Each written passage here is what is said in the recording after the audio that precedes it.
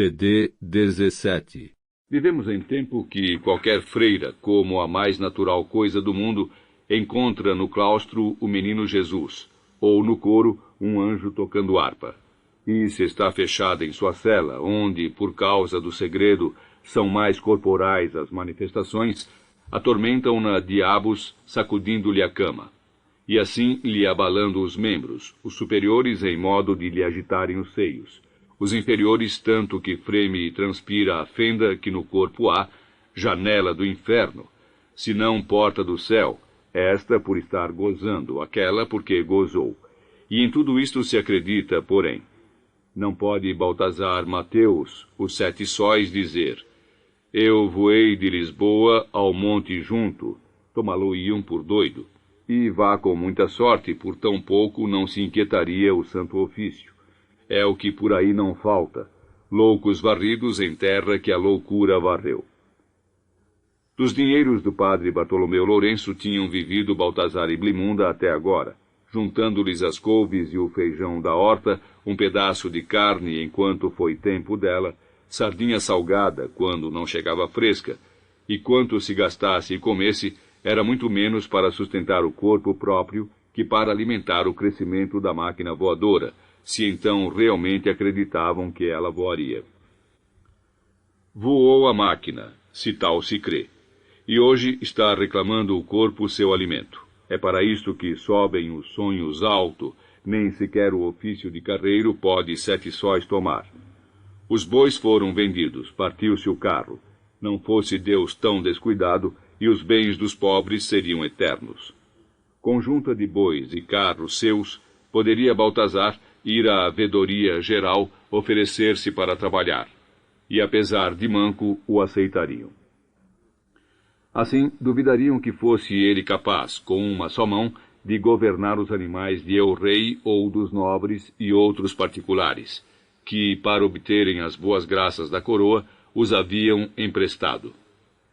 Em que posso então eu trabalhar, irmão? Isto perguntou Baltazar a Álvaro Diogo, seu cunhado, na noite mesma do dia em que chegaram. Agora moradores todos na casa paterna tinham acabado de cear, mas antes ouviram da boca de Inês Antônia, ele e Blimunda, o maravilhoso caso da passagem do Espírito Santo por cima da vila. Que com estes olhos que a terra de comer ouvi, mana Blimunda. E viu Álvaro Diogo que estava na obra, pois não é verdade que viste, meu homem?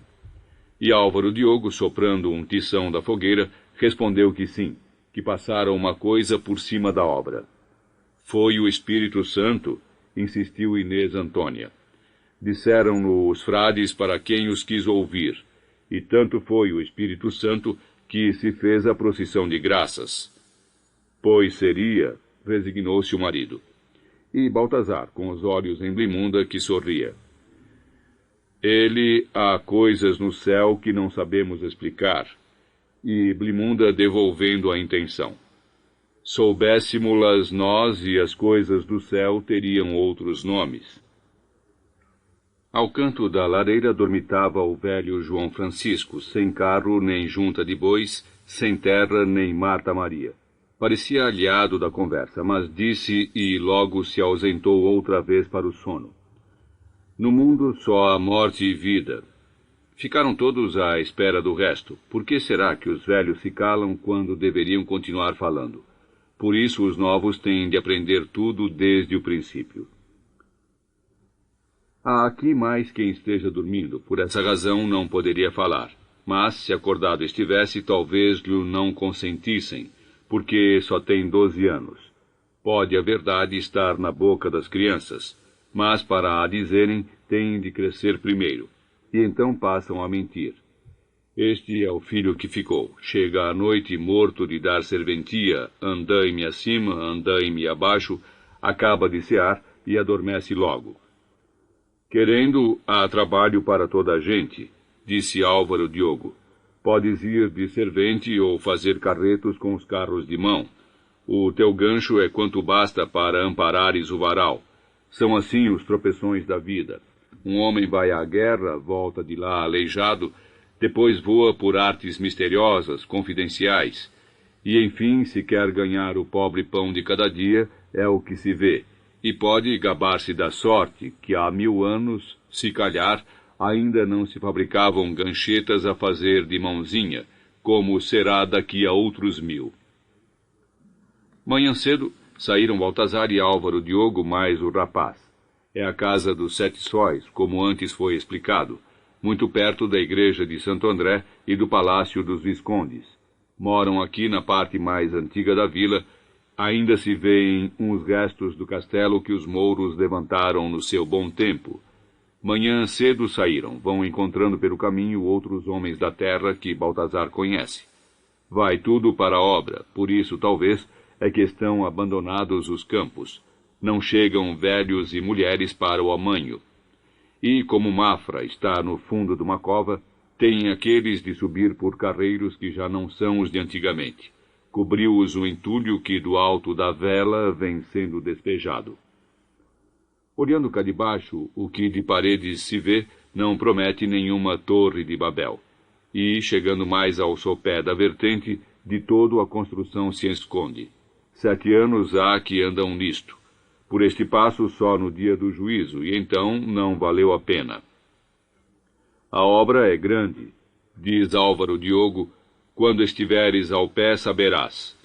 E Baltazar, que está desdenhando de canteiros e pedreiros, mete a viola no saco, não tanto pela pedraria já levantada, mas pela multidão de homens que cobrem o terreiro.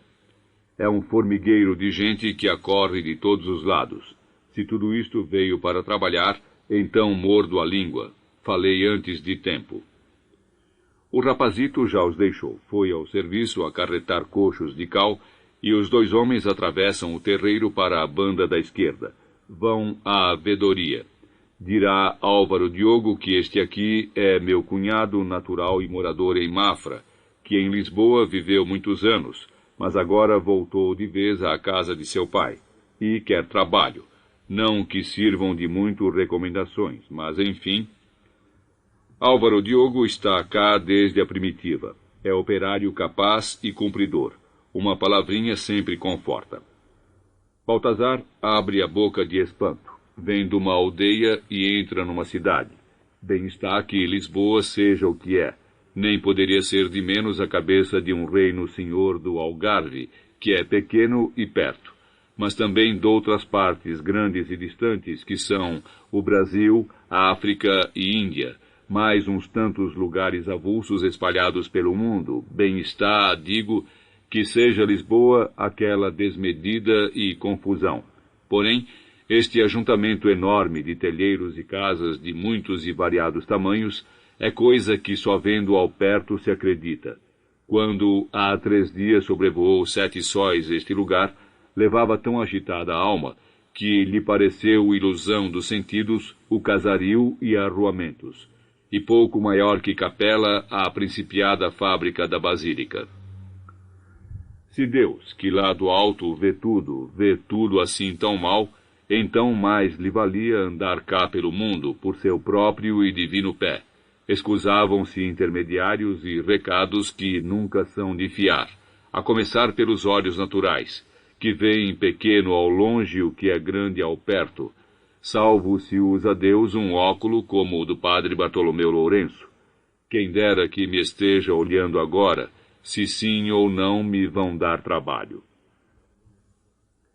Álvaro Diogo já foi à sua vida, pôr pedra em cima de pedra. Se demorasse mais, perderia um quartel. Grande prejuízo. Agora tem Baltazar de acabar de convencer o escrivão da matrícula de que tanto vale um gancho de ferro como uma mão de carne e osso. Mas o matriculador duvida. Não pode assumir a responsabilidade. E vai perguntar dentro, pena não poder Baltazar apresentar a sua carta credencial de construtor de aeronaves, quando menos explicar que andou na guerra, se isso lhe serviria de alguma coisa. Passaram 14 anos, vivemos felizmente em paz. Que tem ele que vir para aqui falar de guerras? As guerras que acabaram é como se nunca tivessem acontecido. Voltou ao matriculador, vem de boa cara. Como é que te chamas? E pega na pena de pato, molha-a na tinta castanha. Afinal, valeu a pena ter falado Álvaro Diogo, ou por ser da terra o pretendente, ou por estar ainda na força da vida, 39 anos, embora com alguns cabelos brancos, ou simplesmente porque, tendo passado por aqui o Espírito Santo há 3 dias, havia Deus de ofender-se se logo fosse recusado o trabalho a quem o pede. Como é que te chamas? Baltazar Mateus, de alcunha os 7 Sóis. Podes vir trabalhar na segunda-feira, começas a semana, vais para os carros de mão. Baltazar agradeceu como devia ao matriculador, e saiu da vedoria geral nem triste nem alegre. Um homem deve ser capaz de ganhar o seu pão de qualquer maneira e em qualquer lugar. Mas se é o caso de esse pão não lhe alimentar também a alma, satisfez-se o corpo, a alma padece. Sabia já Baltazar que o sítio onde se encontrava era conhecido pelo nome de Ilha da Madeira, e bem posto lhe fora, porque, tirando umas poucas casas de pedra e cal, todo o mais era de tabuado, mas construído para durar. Havia oficinas de ferreiros, bem que podia Baltazar ter mencionado a sua experiência de forja, nem tudo lembra, e outras artes de que nada sabia. Mais tarde se juntarão as dos latoeiros, dos vidraceiros, dos pintores e quantas mais. Muitas das casas de madeira tinham sobrados. Embaixo acomodavam-se as bestas e os bois. Em cima, as pessoas de muita ou alguma distinção. Os mestres da obra, os matriculadores e outros senhores da vedoria geral e oficiais da guerra que governavam os soldados. A esta hora da manhã, estavam saindo das lojas os bois e as mulas. Outros teriam sido levados mais cedo. O chão empapava-se de urina e excrementos. E, como em Lisboa, na procissão do Corpo de Deus, os rapazitos corriam pelo meio da gente e do gado, empurravam-se com violência, e um deles, querendo fugir a outro, caiu e rebolou para debaixo de uma junta de bois, mas não foi pisado. Estava lá o anjo custódio. Livrou-se de boa, sem mais mazela que ficar todo sujo de bosta e mal cheiroso. Baltazar riu como os outros. A obra tinha os seus divertimentos. A sua guarda também. Passavam nesta altura uns 20 soldados de infantaria, armados como para a guerra. Serão manobras ou irão à Ericeira rechaçar um desembarque de piratas franceses. Tantas vezes hão de tentar que um dia vêm por aí abaixo, muitos e muitos anos depois de estar concluída esta Babel, entrará Junot em Mafra, onde no convento apenas ficaram uns 20 frades velhos a cair da tripeça e mandando adiante o coronel de la Garde, ou capitão, tanto faz. Quis este entrar no palácio e achou a porta fechada, visto que foi mandado chamar Frei Félix de Santa Maria da Arrábida, que era o guardião. Mas o pobrezinho não tinha chaves, isso era com a família real que tinha fugido. E então o pérfido de la Garde, pérfido lhe chamou o historiador, desanda um bofetão no triste frade, cujo, ó evangélica mansidão, ó lição divina, lhe oferece incontinente a outra face. Se quando Baltazar perdeu a mão esquerda em Jerez de los Caballeros tivesse oferecido a direita, não poderia agora segurar nos varais do carro. E, por falar de caballeros, também ali passavam cavaleiros armados como os infantes que já lá vão no terreiro. Agora se percebe, a colocar sentinelas, não há nada como trabalhar com guarda à vista. Nestas grandes cacas de madeira dormem os homens, não comporta cada uma menos de 200. E aqui onde está, não pode Baltazar contar os barracões todos. Chegou a 57 e perdeu-se. Sem falar que ao cabo destes anos não melhorou em aritméticas.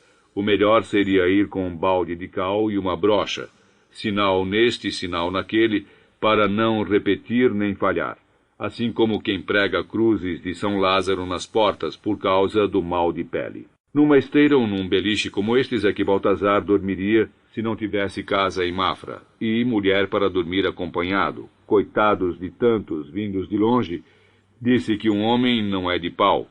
Muito pior e mais custoso de aguentar é justamente quando se arma o pau no homem, De certeza não vão chegar as viúvas de Mafra para satisfazer tanta precisão. Como será? Deixou Baltazar as casas da acomodação e foi ver o campo militar. Aí deu-lhe o coração um salto, tantas tendas de campanha. Foi como se o tempo tivesse desandado para trás. Talvez pareça impossível, mas há momentos em que um soldado retirado do serviço pode sentir saudades até da guerra. A Baltazar não é a primeira vez que tal sucede. Já lhe dissera Álvaro Diogo que estavam em Mafra muitos soldados, uns a auxiliar nos trabalhos das minas e do rebentamento dos tiros de pólvora, outros para guardar os trabalhadores e castigar as desordens. E, a julgar pelo número de tendas de campanha, os muitos eram milhares. Está um pouco azamboado Sete Sóis. Que nova Mafra é esta? 50 moradas lá embaixo, 500 cá em cima, sem falar noutras diferenças, como esta fiada de casas de pasto, barracões quase tão grandes como os dormitórios, com mesas e bancos corridos fixados ao chão, e compridos mostradores. Agora não se vê por aqui gente, mas lá para o meio da manhã põe-se ao lume os caldeirões para o jantar do meio-dia. E tocando a corneta ao rancho, será uma carreira geral a ver quem chega primeiro. Vêm sujos como estavam na obra. É uma algazarra de ensurdecer. Amigos chamando amigos, senta-te aqui, guarda-me o lugar. Mas carpinteiros sentam-se com carpinteiros, pedreiros com pedreiros, cabouqueiros com cabouqueiros. E a raia miúda de serventia acomoda-se lá à ponta, cada qual com seu igual. Ainda bem que Baltazar pode ir comer à casa. Com quem haveria ele de falar? Se de carros de mão ainda nada sabe, e de aviões é o único a saber. Diga a Álvaro Diogo que disser, em abono seu e dos mais operários, a obra não está adiantada. Baltazar deu-lhe a volta por inteiro, com o vagar de quem observa a casa onde passará a viver. Lá vão aqueles com os carros de mão, outros subindo aos andaimes, uns levando a cal e a areia, outros aos pares, transportando as pedras a pau e corda pelas rampas suaves, e os mestres de obra vigiando de bastão em punho, e os olheiros com olho na diligência do operário e na perfeição do serviço. As paredes não têm mais que 3 vezes a altura de Baltazar, e não abraçam todo o perímetro da basílica, mas são grossas como muralhas de guerra. Não chegam a tanto as que restam do castelo de Mafra. Também eram outros os tempos, sem artilharia. Só a pedra que isto leva na largura justifica os vagares de crescimento na altura. Ali tombado está um carro de mão. Quer Baltazar experimentar se lhe aprende facilmente o jeito. Não custa nada. E se com uma goiva cavar uma meia-lua na parte inferior do varal esquerdo, então poderá medir meças a qualquer par de mãos.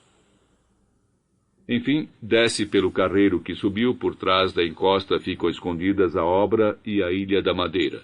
Se não fosse estarem constantemente rolando do alto pedras e terra solta, poderia pensar-se que não iria haver basílica nenhuma, nem convento, nem palácio real. Só Mafra outra vez, no seu tamanhinho de tantos séculos, ou pouco mais até hoje, no tempo dos romanos, que semearam decretos, dos mouros que vieram depois e plantaram hortas e pomares de que jamais se vê sombra e sítio. Até nós, que nos tornamos cristãos por vontade de quem mandava. Que, se Cristo em pessoa andou pelo mundo, aqui não chegou, porque nesse caso teria sido no alto da vela o seu calvário. Agora andam a fazer lá um convento, provavelmente é a mesma coisa. E, por pensar com mais afinco nestas coisas de religião, se em verdade são de Baltazar os pensamentos, mas de que serviria perguntar-lhe? Lembra-se do padre Bartolomeu Lourenço. Não é a primeira vez, claro está. A sós com Blimunda quase não tem outro assunto. Lembra-se e tem uma dor no coração. Arrepende-se de o ter maltratado com tal brutalidade na serra, naquela terrível noite. Foi como se tivesse batido num irmão doente. Bem sei que ele é padre, e eu nem soldado já sou. Porém temos a mesma idade e fizemos a mesma obra. Repete Baltazar para si próprio, que em dia favorável voltará à Serra do Barregudo e ao monte junto, a ver se ainda lá estará a máquina, que bem podia ter acontecido regressar às escondidas o padre, e sozinho levantar voo para terras mais propícias a invenções, como seja, para dar um exemplo, a Holanda, país por excelência dado a fenômenos aeronáuticos, como virá a comprovar um certo Hans Pfaall, que, por não ter sido perdoado de alguns insignificantes crimes, continua a viver na Lua até hoje. Não faltava mais nada que conhecer Baltazar estes acontecimentos futuros, e outros mais cabais, como já terem ido 2 homens à Lua, que todos os vimos lá, e não encontrarem Hans Pfaall, será porque não procuraram bem. Por serem custosos de encontrar os caminhos. Estes são mais fáceis. Desde que o sol nasce até que se põe, Baltazar, e com ele quantos mais? 700, 1000, 1200 homens carregam os carros com terra e pedras. No caso de Baltazar, o gancho ampara o cabo da pá. O braço direito anda há quase 15 anos a triplicar o jeito e a força. E depois, infindável procissão do Corpus Homini, vão uns atrás dos outros despejar o entulho pela encosta abaixo. E não é só mato o que vão cobrindo, também alguma terra de cultivo, além uma horta do tempo mourisco. Vai-se-lhe acabar a vida, pobre dela, tantos séculos a dar couves tenras, alfaces que estalavam de frescura, orégãos, pezinhos de salsa e hortelã, primícias e primores. E agora, adeus. Já não correrá mais a água por estas regueiras. Já não virá o hortelão puxar o comorozinho de terra para dar de beber ao canteiro que tem sede, enquanto o do lado se regala da sede que matou. E dando o mundo tantas voltas, muitas mais as dão os homens que nele vivem. Talvez que aquele que lá em cima agora mesmo despejou um carro de mão, aí vêm as pedras aos saltos e rebolões, a terra escorregando, adiante a mais pesada, talvez seja ele o hortelão da horta, porém não deve de ser ele, se nem sequer as lágrimas lhe caem. Passam os dias, as semanas, e as paredes mal crescem. Os tiros vão rebentando a rocha duríssima que os soldados andam a atacar agora. Bom proveito ela daria, e pagamento do trabalho que dá, se pudesse servir como outra para encher as paredes. Mas esta, que agarrada ao monte só consente desprender-se dele com grande violência, quando posta ao ar não demora a esfarelar-se, às lascas. Em pouco tempo se tornaria terriço se não viesse o carro de mão deitá-la a fundo. Andam também no transporte carros maiores, com rodas de sege, puxados a mulas.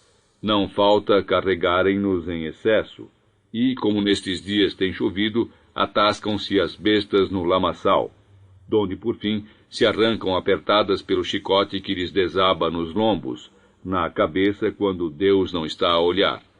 Embora tudo isto seja para serviço e glória do mesmo Deus. E assim, não se sabe se ele não estará desviando os olhos de propósito. Os homens dos carros de mão, porque levam menos carga, não se atolam tanto, além de terem feito com tábuas que ficam ao desbarato quando se alteiam os andaimes uns passadiços firmes. Mas, não chegando estes para todos, há sempre uma guerra de espreita e corre a ver quem primeiro chega, e, chegando a par, a ver quem mais empurra, e a partir daí já se conta que salte murro e pontapé, se não cortarem sarrafos o ar, momento em que avança a patrulha de soldados, manobra em geral suficiente para esfriar os ânimos aquecidos, ou, caso não, 2 pranchadas, 2 vergões na lombeira, como às mulas. Vem chovendo, mas não tanto que o trabalho tenha de parar, exceto o dos pedreiros, pois a água desfaz a argamassa, empoça nas larguíssimas paredes. Por isso recolhem-se os operários aos telheiros à espera que levante, enquanto os canteiros, que são gente fina, batem abrigados o mármore, tanto para a cantaria como para o lavrado, provavelmente prefeririam descansar. A estes tanto faz que as paredes cresçam depressa como devagar. Tem o risco da pedra a seguir, caneluras, acantos, festões, acrotérios, grinaldas. Estando acabada a obra, logo a levam os carregadores a pau e corda, para o telheiro onde com outras ficará guardada. Chegando a hora, a irão buscar do mesmo modo, salvo se for tão pesada que requeira cabrestante e plano inclinado. Mas têm os canteiros o privilégio de trabalhar pelo seguro, quer chova, quer faça sol, com o jornal sempre garantido. Ali, debaixo de telha, brancos do pó do mármore, parecem fidalgos de cabeleira. Truca-truca, truca-truca, com o cinzel e a maceta, trabalho de 2 mãos. Esta chuva de hoje não tem sido tão forte que mandassem os olheiros recolher toda a gente. Sequer os dos carros de mão, menos afortunados que as formigas, que essas, estando o céu de aguagem, levantam a cabeça a farejar os astros, e recolhem aos buracos. Não são nenhuns homens para terem de trabalhar à chuva. Enfim, vem do lado do mar, caminhando sobre os campos, uma escura cortina de água. Largam os homens, mesmo sem ordem, os carros de mão, e debandam para os telheiros ou chegam-se à revessa das paredes, se vale a pena. Mais molhados do que estavam, não podem ficar. As mulas atreladas ficam quietas sob o grande chuveiro que cai. O pelo empapado de suor está agora ensopado da contínua água. Os bois ruminam jungidos e indiferentes. Quando a chuva bate com mais força, sacodem as cabeças. Quem haverá aí capaz de dizer o que sentem estes animais? Que fibras lhes estremecem? E até onde, se no movimento que fazem se tocam os cornos luzidios, porventura apenas estás aí? Quando a chuva se afasta ou se tornou aturável, voltam os homens e tudo recomeça. Carregar e descarregar, puxar e empurrar, arrastar e levantar. Hoje não há tiros de pólvora por causa desta geral umidade. Melhor para os soldados que gozam a folga debaixo dos telheiros, de gorra com as sentinelas também recolhidas. É a alegria da paz. E como a chuva voltou novamente caindo de um céu escuríssimo, tão cedo não vai acabar, deu-se ordem para largarem os homens o trabalho. Só os canteiros continuaram a bater a pedra. Truca-truca, truca-truca. São largos os telheiros. Nem os salpicos sobrados pelo vento vêm macular o grão do mármore. Baixou Baltazar à vila pelo carreiro escorregadio. Um homem que descia à sua frente estatelou-se na lama, e todos riram, de riso caiu outro. O que vale são estas distrações, que nesta terra de Mafra não há pátios de comédias, não há cantarinas nem representantes. Ópera só em Lisboa. Para vir o cinema ainda faltam 200 anos.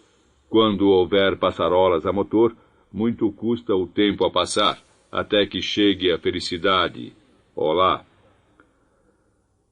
O cunhado e o sobrinho já terão chegado a casa. Ainda bem para eles, não há nada que valha uma fogueira quando um homem está enregelado, aquecer as mãos à labareda alta, o coirato dos pés descalços rente ao brasido, e o frio a retirar-se dos ossos devagarinho, como geada que se derrete ao sol.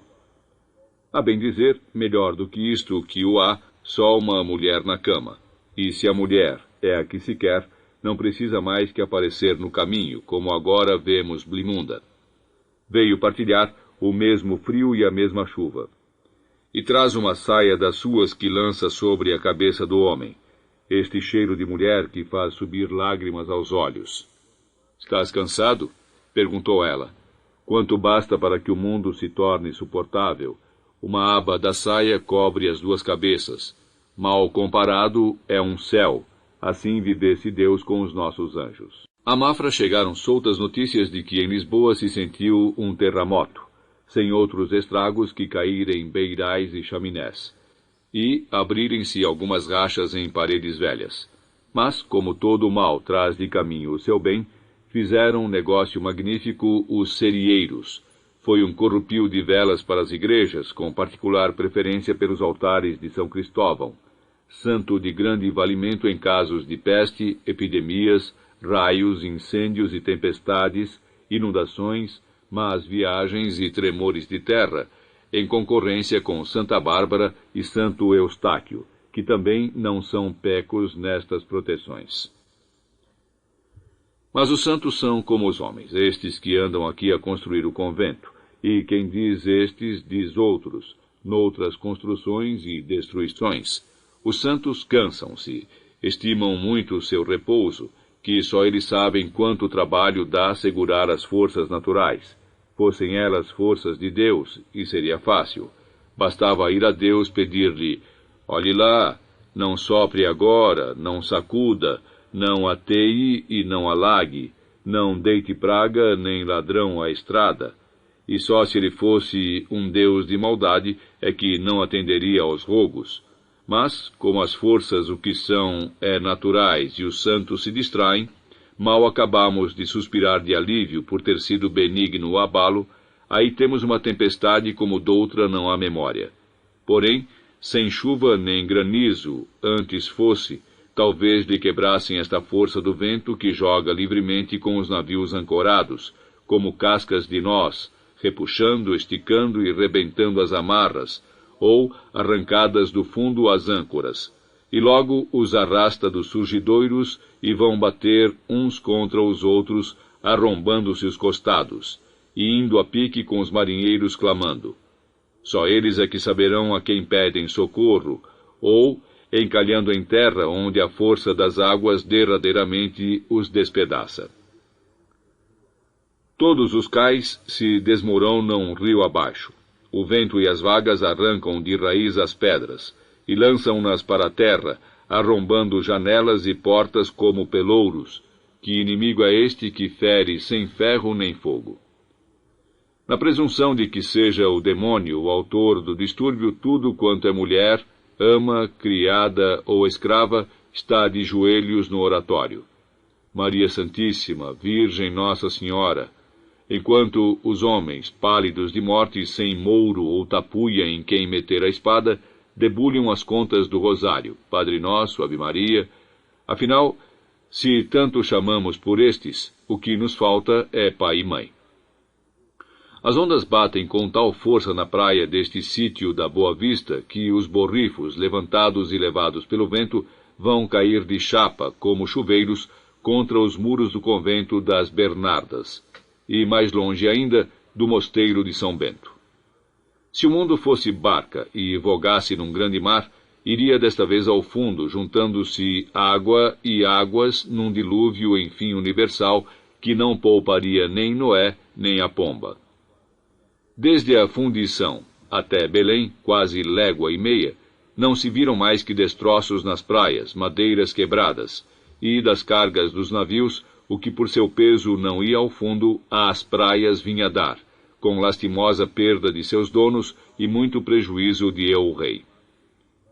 A alguns navios foram cortados os mastros para que não se virassem, e mesmo assim, 3 naus de guerra foram empurradas para a praia, onde se perderiam se não lhes acudisse prontamente socorro particular.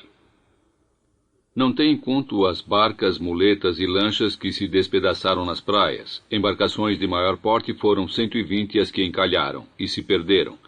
E quanto a gente morta, nem vale a pena falar. Sabe-se lá quantos cadáveres a maré levou barra fora ou ficaram presos no fundo. O que se sabe é que nas praias arrojados pelo mar foram contados 160, contas de um rosário que andam por aí a chorar as viúvas e os órfãos. Ai, o meu rico pai! São poucas as mulheres afogadas. Algum homem dirá, ai, a minha rica mulher. Depois de mortos, todos somos ricos. Sendo tantos os mortos, enterram-nos onde calha, ao acaso. Alguns não se chegou a apurar quem eram, moravam longe os parentes, não vieram a tempo.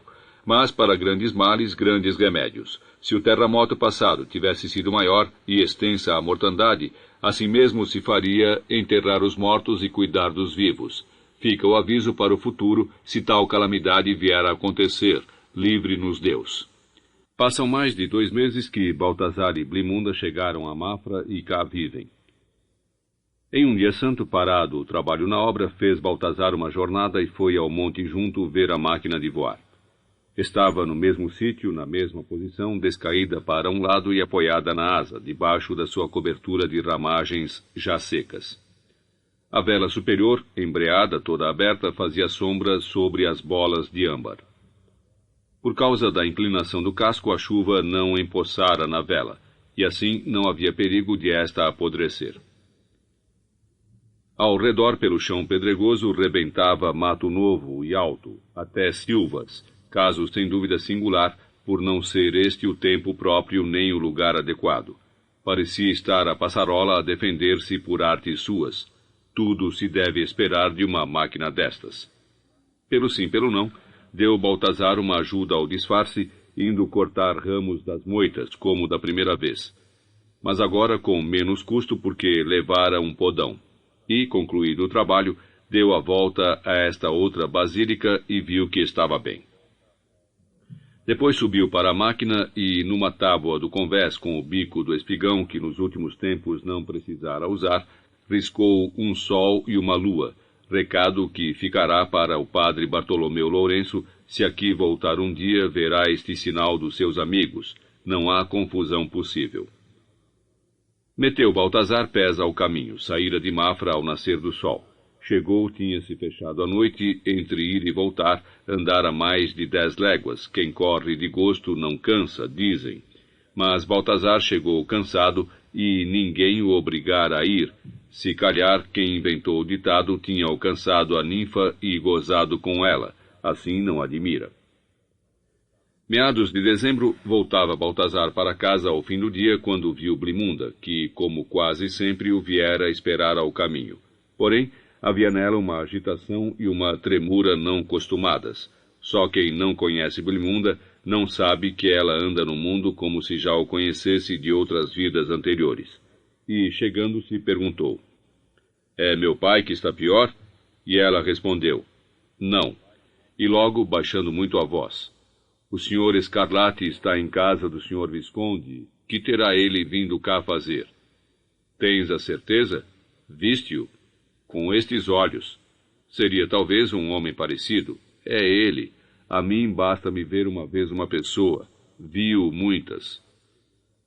Entraram em casa, cearam, depois foi cada qual à enxerga onde dormia, cada casal na sua. O velho João Francisco com o neto. Tem este o sono desassossegado, toda a noite a escoicinhar, salvo seja. Mas o avô não se importa, sempre há uma companhia para quem não consegue dormir. Por isso é que só ele ouviu, pelas tantas tarde para quem se deita cedo, uma frágil música que entrava pelas frinchas da porta e do telhado. Grande silêncio haveria nessa noite em Mafra para que um simples cravo, tocado no palácio do Visconde com portas e janelas fechadas por causa do frio, e frio não estivesse, assim impunha a decência, pudesse ser ouvido por um velho que a idade ia ensurdecendo. Ainda se fossem Blimunda e Baltazar, esses diriam: "É o senhor Scarlatti que está a tocar." É bem verdade que pelo dedo se conhece o gigante, isto dizemos nós, uma vez que existe o provérbio e vem a propósito. Ao outro dia, no crepúsculo da madrugada, enquanto se acomodava ao canto da lareira, o velho disse: "Esta noite ouvi uma música." Não lhe ligaram importância Inês Antônia, nem Álvaro Diogo, nem o neto. Isto de velhos estão sempre a ouvir coisas. Mas Baltazar e Blimunda ficaram tristes de ciúme. Se alguém ali tinha direito a ouvir músicas assim, eles eram e mais ninguém. Foi ele para o trabalho e ela ficou rondando durante toda a manhã o palácio. Domênico Scarlatti pedira licença ao rei para ir ver as obras do convento. Recebeu o Visconde em sua casa, não porque fosse excessivo o seu gosto pela música, mas, sendo italiano, mestre da Capela Real e professor da infanta Dona Maria Bárbara, figurava, por assim dizer, uma emanação corpórea do paço. Nunca se sabe quanto agasalhos rendem mercês, e, não sendo casa de Visconde hospedaria, vale a pena, em todo caso, fazer o bem olhando a quem. Tocou Domênico Scarlatti no cravo desafinado do Visconde. À tarde o ouviu a Viscondessa. tendo ao colo sua filha Manuela Xavier, só de 3 anos. De quantos estiveram no salão, a mais atenta foi ela. Agitava os deditos como via Scarlatti fazer, o que muito acabou por incomodar a mãe. Por isso, a passou para os braços da ama. Não vai haver muita música na vida desta criança. À noite estará dormindo quando Scarlatti tocar. Daqui a 10 anos morrerá e será sepultada na igreja de Santo André, onde ainda está. Se no mundo há lugar e caminho para prodígios e maravilhas, talvez por baixo da terra lhe cheguem as músicas que a água estará dedilhando no cravo que foi lançado ao poço de São Sebastião da Pedreira. Se poço continua, que o fim dos mananciais é secarem, e depois entulham-se as minas. Saiu o músico a visitar o convento e viu Blimunda. Disfarçou um, o outro disfarçou, que em Mafra não haveria morador que não estranhasse. E estranhando não fizesse logo seus juízos muito duvidosos. Ver a mulher dos 7 sóis conversando de igual com o músico que está em casa do Visconde. Que terá ele vindo cá fazer? Ora, veio ver as obras do convento. Para quê, se não é pedreiro nem arquiteto? Para organista, ainda o órgão nos falta. Isso a razão há de ser outra. Vim-te dizer, e a Baltazar, que o padre Bartolomeu de Gusmão morreu em Toledo, que é em Espanha, para onde tinha fugido. Dizem que louco, e como não se falava de ti nem de Baltazar, resolvi vir a Mafra saber se estavam vivos. Blimunda juntou as mãos, não como se rezasse, mas como quem estrangula os próprios dedos. Morreu? Foi essa a notícia que chegou a Lisboa. Na noite em que a máquina caiu na serra, o padre Bartolomeu Lourenço fugiu de nós e nunca mais voltou. E a máquina? Lá continua. Que faremos com ela? Defendam-na, cuidem-na. Pode ser que um dia volte a voar. Quando foi que morreu o padre Bartolomeu Lourenço? Disse que foi no dia 19 de novembro, por sinal que nessa data houve em Lisboa uma grande tempestade. Se o padre Bartolomeu de Gusmão fosse santo, seria um sinal do céu. O que é ser santo, Sr. Scarlatti? Que é ser santo, Blimunda? Ao outro dia, Domênico Scarlatti partiu para Lisboa. Numa volta do caminho, fora da vila, esperavam-no Blimunda e Baltazar. Este perdera um quartel para poder despedir-se. Aproximaram-se da sege como quem ia pedir uma esmola. Scarlatti mandou parar e estendeu-lhes as mãos. Adeus, adeus. Ao longe ouvia-se o rebentar dos tiros de pólvora. Parece uma festa. O italiano vai triste, não admira. Se vem da festa, mas tristes vão os outros também, quem diria, se voltam para a festa.